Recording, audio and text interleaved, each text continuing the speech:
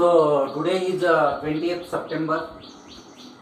Today we study about the concept of maximum work. Concept of maximum work. It is also denoted by W max. So first of all, you know that when the maximum work is obtained and when the pressure volume type of work is obtained. Yesterday we see about the pressure volume type of work. So when the expansion of gas or compression of gas take place against constant external pressure, then only the pressure volume type of work is obtained. And when the isothermal and reversible expansion of gas or compression of gas take place, then the maximum work is obtained. So this condition is most important for the maximum work, that the expansion or compression of gas take place isothermally and reversibly. Now we know about what is isothermal and what is reversible. Now to understand the concept of maximum work, are here in examination, the question is on the derivation of maximum work. Derive the mathematical expression of maximum work when the expansion of gas take place from volume V1 to volume V2 isothermally and reversibly. या प्रकारचं 2 मार्काचं प्रश्न विचारतात. तर याचं derivation derive करण्याकरता आपल्याला ही जी figure आहे ही figure थोडी लक्षात घ्यावी लागते.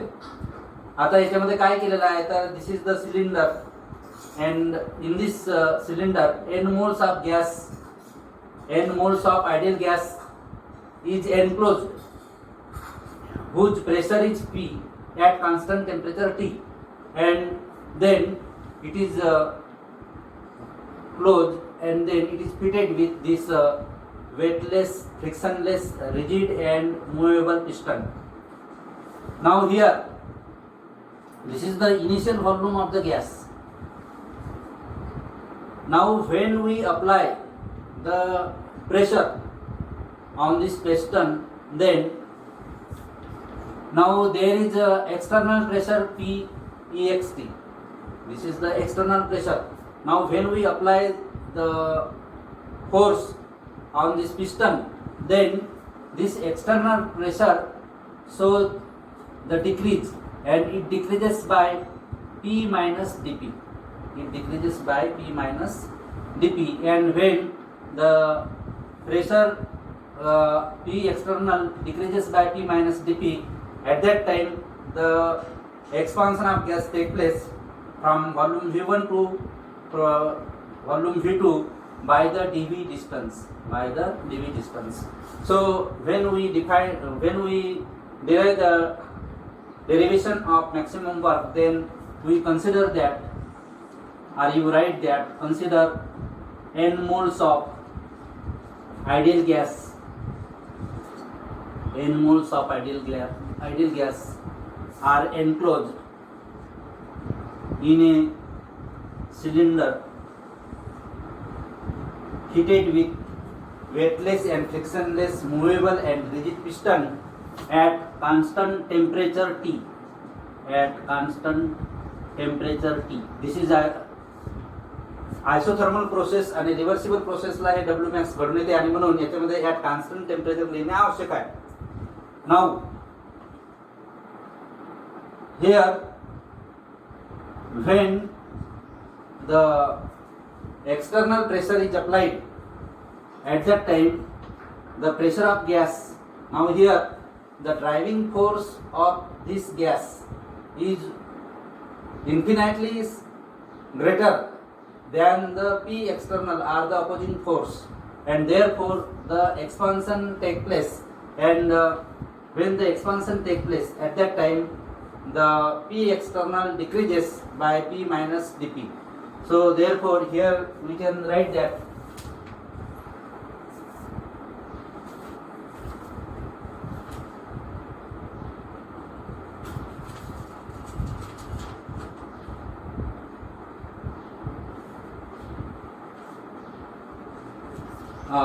when the P external is applied or when force is applied on this piston, then the expansion takes place from V1 to V2 by the dv distance, and therefore work done take place. So therefore here we can say that work done W equal to minus P external into dv. This is your equation number 1. Now here,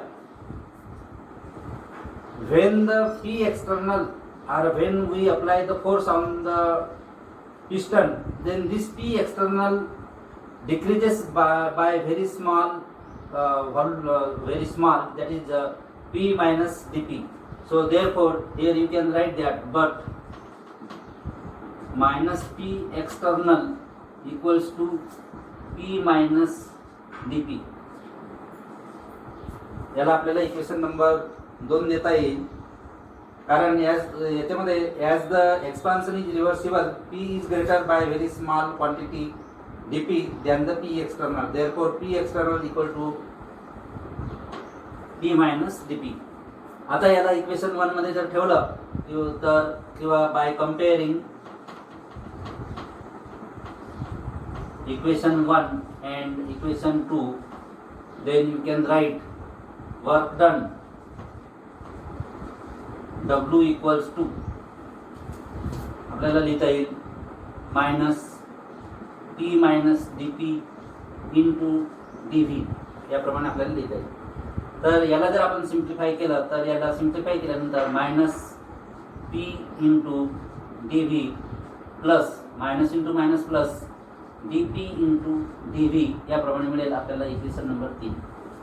so this is equal to dW किंवा W लिहिलं तरी चालेल. आता हे जे equation number 3 आहे, हे equation number 3 मध्ये हे जे dP इंटू dV चे जे प्रॉडक्ट आहे, आता याच्यामध्ये प्रेशर मध्ये जे चेंज होत आहे ते व्हेरी स्मॉल अमाऊंटने होत आहे, किंवा याच्यामध्ये व्हॉल्यूमचं डिस्प्लेसमेंट जे आहे ते व्हेरी स्मॉल अमाऊंटने होत आहे, हे कन्सिडर केलं आपण. आणि म्हणून dP इंटू dV यांचं जे प्रॉडक्ट आहे ते व्हेरी स्मॉल असल्यामुळे याला निग्लेक्ट करता येते आपल्याला. आणि therefore when we neglected the product of dP into dV very small, then we can write W equals to minus P into dV.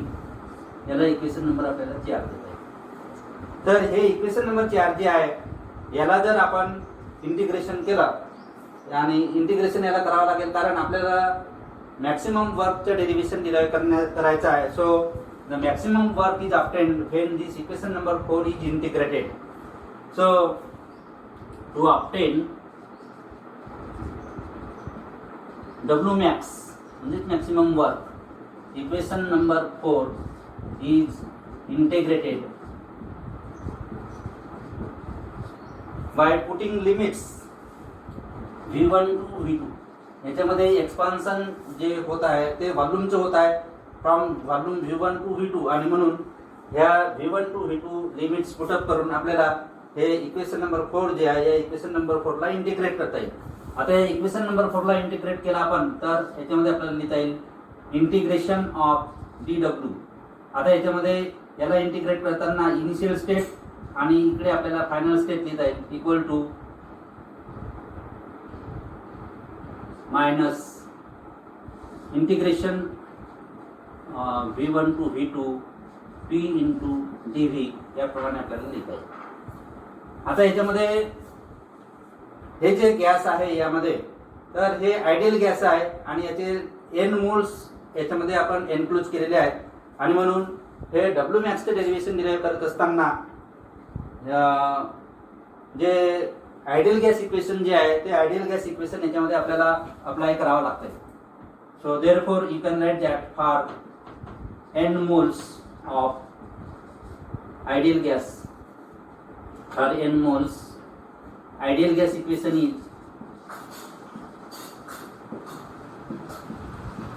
PV equal to nRT. So therefore P equals to nRT divided by V. याला देता येईल तुम्हाला equation number 5. तर P equal to NRT divided by V हे या equation मध्ये तुम्हाला put करायचं आहे आणि पुटिंग केल्यानंतर आपल्याला हे याप्रमाणे लिहिता येईल.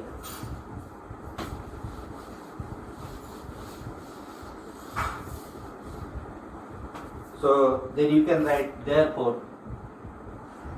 इंटिग्रेशन. आता याचं इंटिग्रेशन जर केलं आपण तर याचं इंटिग्रेशन केल्यानंतर डब्ल्यू मॅक्स येईल equals to minus integration limits V1 to V2 NRT म्हणजे P च्या ठिकाणी इथं जसं हे P आहे तर या P च्या ठिकाणी NRT येईल. NRT into dV by V. हे बघा याच्यामध्ये P च्या ठिकाणी NRT डिवायडेड बाय V ठेवलेला आहे.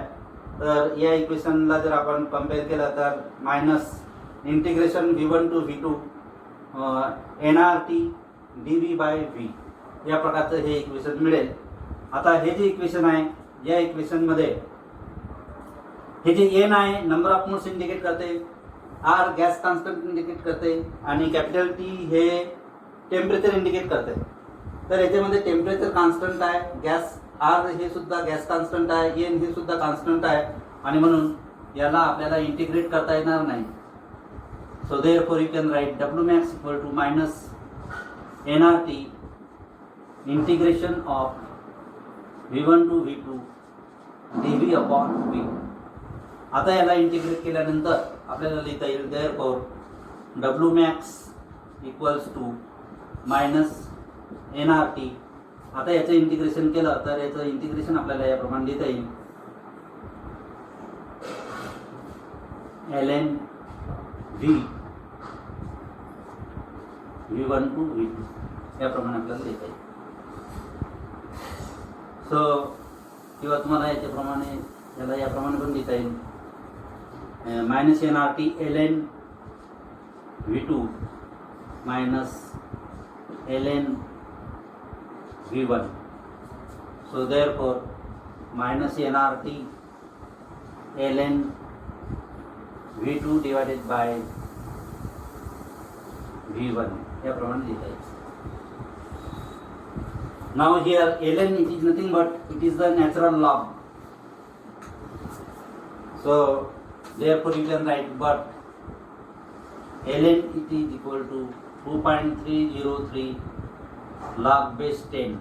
So therefore when you put the value of ln in this equation then you can write W max equal to minus 2.303 NRT log base 10 V2 divided by V1. This is your equation number 6. आता याच्यामध्ये जसं आपण volume consider केलं होतं त्याचप्रमाणे तुम्हाला याच्यामध्ये बॉइल्सच्या नियमाप्रमाणे according to Boyle's law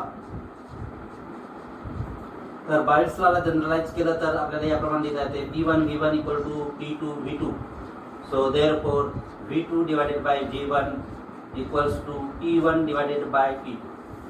so V2 divided by V1 equals to P1 divided by P2 याप्रमाणे जर आपण लिहिलं तर याच्यामध्ये आपल्याला लिहिता येईल therefore W max equals to minus 2.303 NRT log base 10 P1 divided by P2.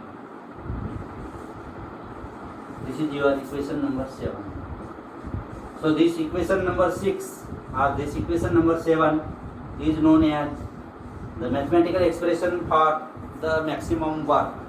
It is called mathematical expression for maximum work.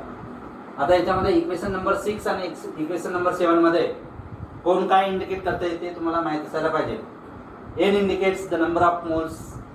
Number of moles जर डायरेक्ट दिले नसतील न्यूमेरिकल प्रॉब्लेम मध्ये तर तुम्हाला N equal to W divided by M ने calculate करता येते.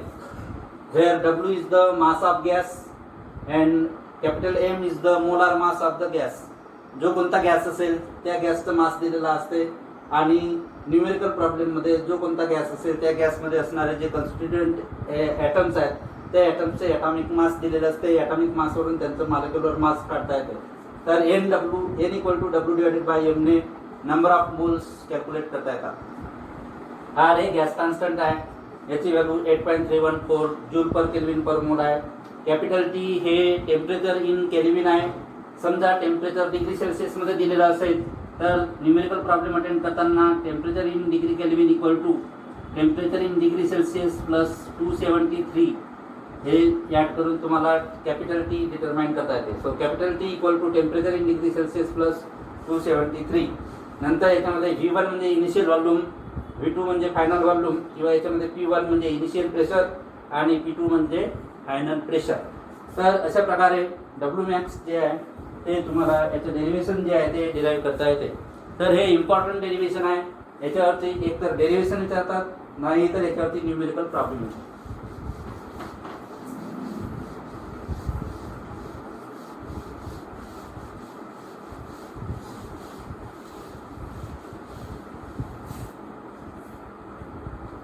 आता हे जे डब्ल्यू मॅक्सचं जे मॅथमॅटिकल एक्सप्रेशन आहे याचे जे न्यूमेरिकल प्रॉब्लेम्स आहेत ते न्यूमेरिकल प्रॉब्लेम्स तुमच्या टेक्स्टबुकमध्ये अटेम्प्टेड आहेत ते बघा आणि प्रॅक्टिस प्रॉब्लेम्स जे आहेत ते प्रॅक्टिस प्रॉब्लेम्स याच्यामध्ये तुम्ही सॉल्व्ह करा. याच्यानंतरचं सब टॉपिक आहे आपलं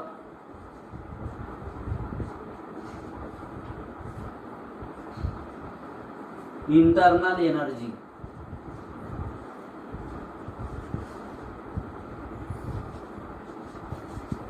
It is represented by capital E.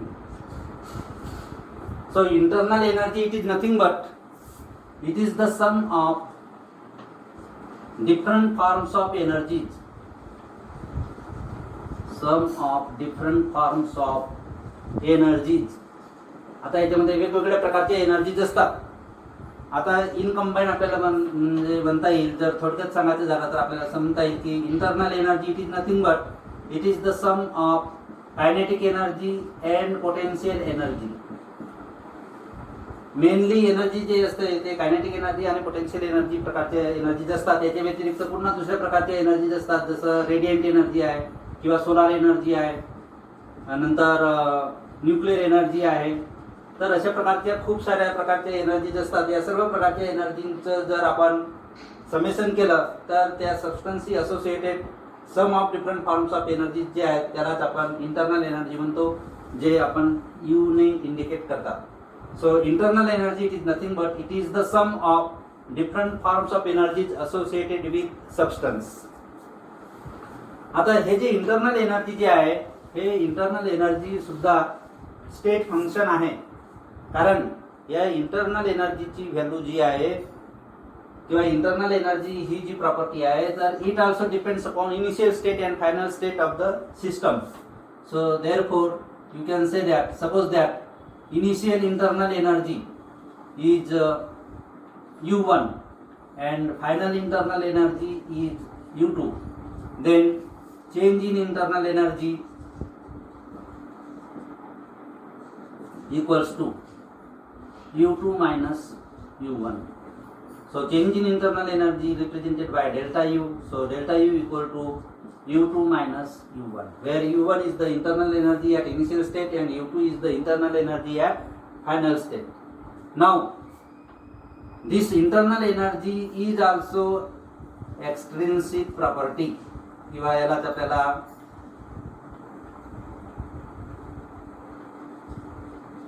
Extensive property पण म्हणता येईल. इंटरनल एनर्जी ही एक्सटेन्सिव्ह प्रॉपर्टी आहे कारण ही अमाऊंटवर डिपेंड करत असते. तर अशा प्रकारे हे इंटरनल एनर्जी आहे. याच्यानंतर आपल्याला पाहायचं आहे फर्स्ट लॉ ऑफ थर्मोडायनामिक्स.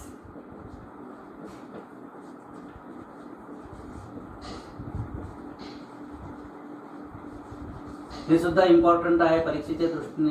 याचे स्टेटमेंट्स विचारतात 2 मार्काकरता, कोणते 2 स्टेटमेंट्स लिहा म्हणून, किंवा याचं मॅथमॅटिकल फॉर्म्युलेशन जे आहे ते सुद्धा विचारतात. First law of thermodynamics. So there are 3 statements which formulate the first law of thermodynamics. So the first statement is that energy of the universe remains constant. Energy of universe remains constant. म्हणजे विश्वाची जी ऊर्जा आहे ती नेहमी constant असते. Then second is that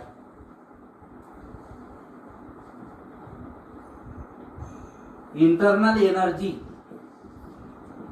of an isolated system. Internal energy of an isolated system. Isolated system म्हणजे काय ते आपण पाहिलेलं आहे. Internal energy of an isolated system remains constant. This is the second statement of first law of thermodynamics. Third statement is that energy can neither be created nor destroyed. Energy can neither be created nor destroyed. ऊर्जेचा नाश करता येत नाही किंवा ऊर्जा नव्याने निर्माण करता येत नाही. तर मग काय होते? So when the process take place or when the work done take place, at that time one form of energy can be converted into another form of energy. एका प्रकारच्या ऊर्जेचे रूपांतरण हे दुसऱ्या प्रकारच्या ऊर्जेमध्ये होत असते जेव्हा वर्क घडून येते त्यावेळी. So these are the 3 points or these are the 3 statements of first law of thermodynamics. तर फर्स्ट लॉ ऑफ थर्मोडायनामिक्सचे हे 3 सिंपल स्टेटमेंट्स आहेत. त्याच्यानंतर आपल्याला पाहायचं आहे formulation of first law of thermodynamics.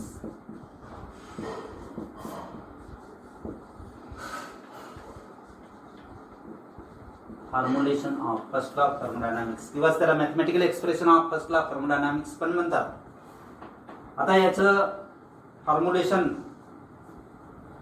हे कशा प्रकारे तयार करतात ते आपल्याला पाहायचं आहे. तर कोणत्याही सबस्टन्सची जी इनिशियल इंटरनल एनर्जी असते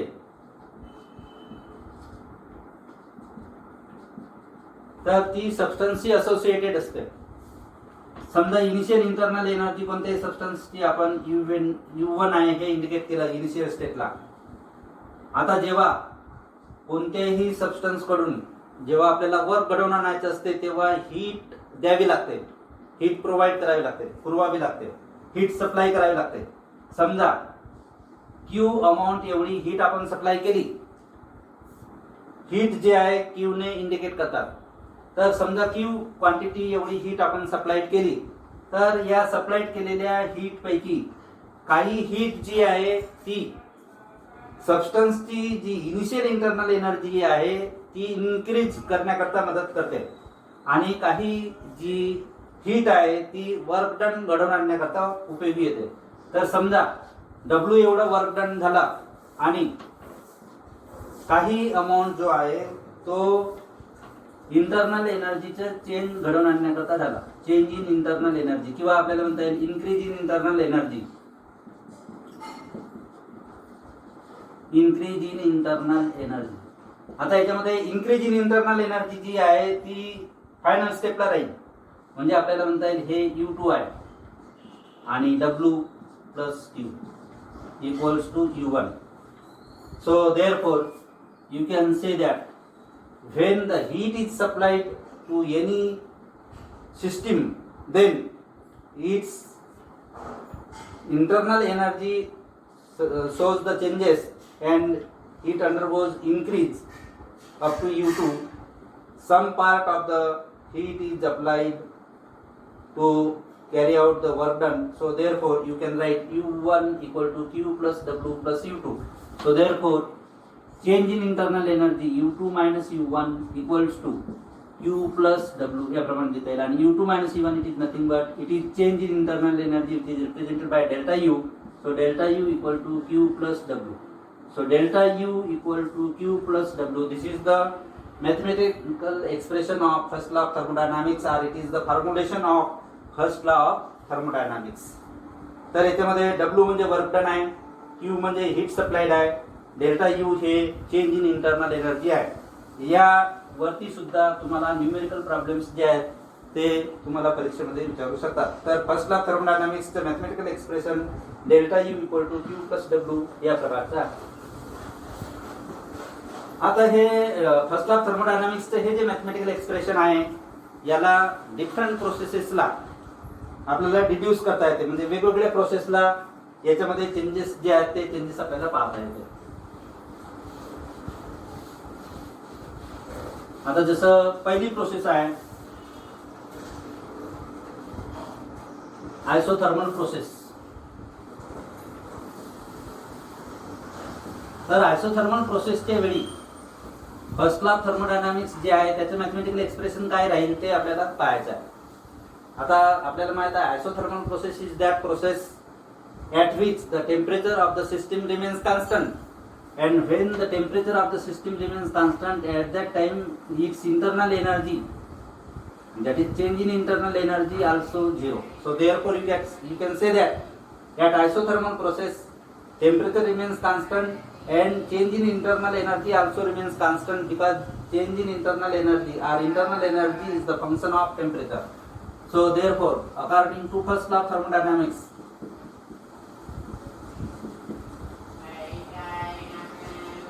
फर्स्ट लॉ ऑफ थर्मोडायनामिक्स मध्ये आपल्याला लिहिता येईल delta U equal to Q plus W. हे फर्स्ट लॉ ऑफ थर्मोडायनामिक्सचे मॅथमॅटिकल एक्सप्रेशन आहे. आता या प्रोसेसेस करता आपल्याला इथं लिहिता येईल आपल्याला therefore at isothermal process, or you can write but at isothermal process delta u equal to 0. So delta u equal to 0 ही किंमत जर इथं ठेवला आपण तर आपल्याला लिहिता येईल 0 equal to Q plus W. So therefore you can write W equals to minus Q. W equal to minus Q आपल्याला याप्रमाणे लिहिता येईल. तर याच्यावरून आपल्याला असं म्हणता येईल की at isothermal process the work done is equal to minus Q. याचा अर्थ आयसोथर्मल प्रोसेसच्या वेळी वर्क डन होत असताना जेवढी हीट आपण सप्लाय करतो ती पूर्णच्या पूर्ण हीट वर्क डाऊन करण्याकरता उपयोगी पडते. किंवा याच्यामध्ये आपल्याला म्हणता येईल की the quantity of heat supplied is utilised to carry out the work done, and at that time the work take place by the system on the surrounding. कारण याच्यामध्ये क्यूची व्हॅल्यू ही मायनस आहे. तर क्यूची व्हॅल्यू मायनस असताना याच्यामध्ये work done जे आहे ते सिस्टमद्वारे सराउंडिंग वरती होत असते. नंतर दुसरी प्रोसेस आहे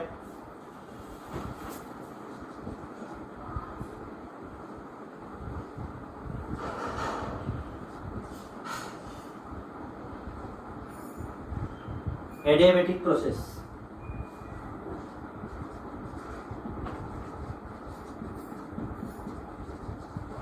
Now you know that